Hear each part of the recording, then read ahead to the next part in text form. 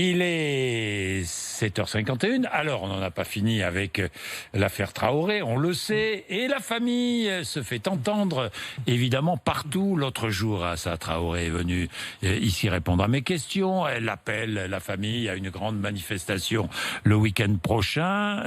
La famille Traoré, Nicolas Poincaré, dont plusieurs fils sont actuellement en prison.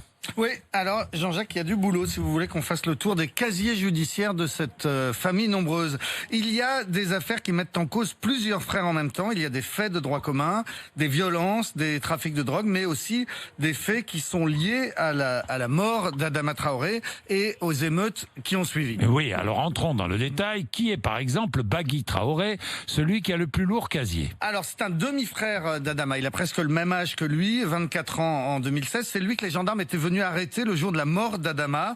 Il était recherché pour une affaire d'extorsion de fonds sur une femme fragile qui était placée sous curatelle. Il avait plusieurs fois exigé qu'elle retire du liquide pour lui. Dans cette affaire, il a ensuite été jugé et condamné en avril 2018 à 2 ans et demi de prison ferme. Mais pendant qu'il était incarcéré à Fleury-Mérogis pour ces faits, il a été accusé de se livrer à du trafic de drogue depuis la prison avec un de ses frères qui gérait le business depuis l'extérieur. Ils ont été condamnés pour ce trafic à 1 an et 2 ans et demi de prison ferme. Ce ne sont pas les faits les plus graves. Non, parce que le jour de la mort de son frère, Bagui avait été arrêté par les gendarmes, on le sait, puis aussitôt relâché en raison de la mort d'Adama pour faire baisser la pression. Mais la pression n'avait pas baissé puisque des émeutes avaient aussitôt commencé le soir même à Beaumont-sur-Oise et elles avaient duré 5 jours, ou plutôt 5 nuits. Des émeutes particulièrement violentes puisque des tirs à balles réelles avaient été échangés. Les gendarmes avaient essuyé 60 tirs de carabine. 13 d'entre eux avaient été légèrement blessés par des plombs.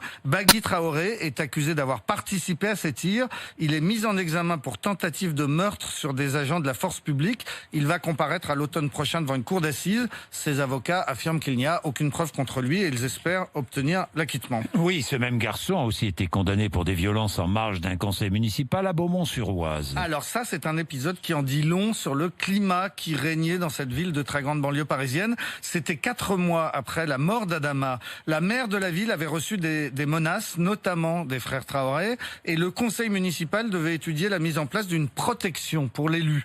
2 des frères ont voulu assister à cette réunion où on allait parler d'eux. On leur a refusé l'entrée. Une bagarre a éclaté. Une policière a reçu un coup de poing dans la figure. Bagui et Issoufou Traoré ont été arrêtés. Mais leur arrestation a aussitôt provoqué une émeute dans la ville. Une dizaine de jeunes, dont un autre frère Traoré, ont arrêté un autobus. Ils ont molesté le chauffeur, ils l'ont éjecté puis ils ont mis le feu à l'autobus. Bagui et Issoufou seront jugés dès le lendemain, condamnés à 8 mois et 3 mois de prison ferme pour le coup de poing à la policière en marge du conseil municipal. Et Yacouba, lui, sera jugé plus tard pour l'incendie du bus et condamné à 3 ans de prison ferme. Un autre frère a aussi été condamné pour des violences. Alors lui s'appelle Samba. Il y a 2 ans, son chien s'est bagarré avec un autre chien en bas de leur immeuble. Puis les maîtres du coup se sont disputés. Samba a asséné un violent coup de balai sur la tête du propriétaire de l'autre chien. Le balai et le crâne ont été brisés. Le propriétaire de cet autre chien a perdu connaissance et il va garder des séquelles. Samba Traoré a été condamné à 2 ans et demi de prison ferme. La victime a ensuite raconté que lorsqu'il était à l'hôpital, Assa Traoré, la sœur qui dirige aujourd'hui le comité La Vérité pour Adama, est venue le voir avec un ami et qui lui ont proposé de l'argent pour qu'il retire sa plainte, ce qu'il n'a pas accepté. Mais l'affaire la plus sordide concerne Adama Traoré lui-même. Oui, peu de temps avant sa mort, Adama Traoré était incarcéré à la prison d'Ony, la maison d'arrêt du Val d'Oise. Le 22 mai 2016, une femme s'est présentée au commissariat de Pontoise. J'ai lu hier le PV de son audition. Elle raconte que son fils Steven partage la cellule d'Adama Traoré, qu'il fait l'objet de sévices. Et finalement, en pleurs, il a avoué à sa mère avoir été violé par Adama.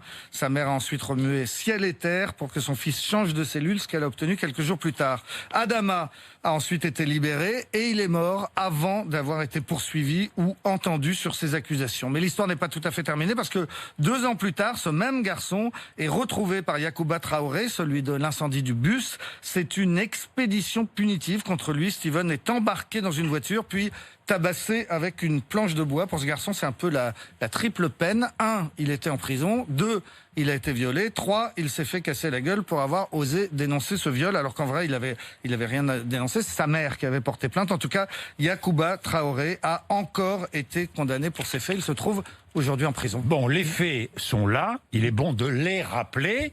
Ça ne change rien au fond de l'affaire Adama Traoré. On est bien d'accord? Non, qu'il soit délinquant ou pas, que ses frères soient des délinquants ou pas, la question demeure. Les gendarmes qui l'ont arrêté sont-ils oui ou non responsables de sa mort? On peut, à l'heure actuelle, toujours pas le dire, puisque l'instruction se poursuit. Ça fait très long, 4 ans d'instruction. Vous voulez dire un mot, non, Béatrice Brugère? Oui, moi je viens d'écouter avec beaucoup d'attention ce que vous venez de dire. Je me dis que au vu de ces éléments qui n'échappent pas non plus à la chancellerie, bien évidemment, eh bien je trouve que c'est encore plus grave parce qu'il y a aussi de l'autre côté des gendarmes qui sont en attente aussi de la justice et de la vérité, et que prendre comme ça le parti de l'un me semble extrêmement dangereux sur le plan institutionnel. Merci beaucoup.